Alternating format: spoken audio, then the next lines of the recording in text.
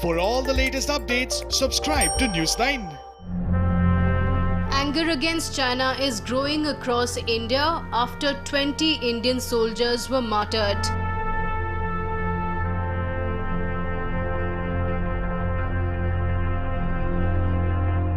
Indian and Chinese troops are still at loggerheads for many days at the border in Ladakh.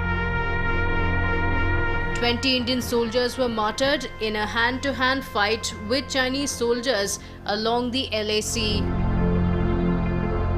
The brawl resulted in the death of many Chinese soldiers too. Muslim Welfare Society in Udhampur protested against China in the wake of the current situation. China! Go back! China! Go back! China! Go back! The association called out to boycott Chinese products across the nation.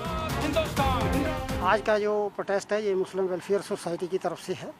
आज का जो protest है हमारे जो army के शहीद हुए हैं लद्दाख बॉर्डर पर, हम उनकी याद में यहाँ प्रोटेस्ट के लिए चाइना के ख़िलाफ़ इकट्ठे हुए हैं। जो ये बर्बरियत चाइना ने हमारे आर्मी मैन के साथ की है, हमारे मुल्क की तरफ बुरी निगाह रखी है, हम हिंदुस्तान की सरकार से पुरज़ोर मुतालबा करते हैं कि चाइना को अच्छी तरह से इसका जवाब दिया जाए और उन शहीदों का बदला लिया जाए। It was a show of anger in Udhampur as several people came out and raised slogans against China. The association members urged the central government to take revenge for killing Indian soldiers. ये जो Udhampur district Udhampur से हम प्रदर्शन कर रहे हैं, हमारी ये डिमांड है हिंदुस्तान गवर्नमेंट से, मोदी गवर्नमेंट से, कि ये जो हमारे शहीद हुए हैं फौजी नौजवान, और इनका जो है भरपूर एक बदला लेना चाहिए। जिस तरीके से हिंदुस्तान के ऊपर कभी नेपाल का नापाक इरादे करते हैं, कभी पाकिस्तान कर रहा है, कभी कोई कर रहा है, तो हमारी ये सारी डिमांड यही है कि हिंदुस्तान एक चाइना को एक मजबूत तरीके से जवाब दे ताकि कोई भी मुल्क हमारी तरफ आंख उठाकर देखने की हिम्मत ना कर सके। People in Kanpur took to streets seeking boycott of Chinese companies and products.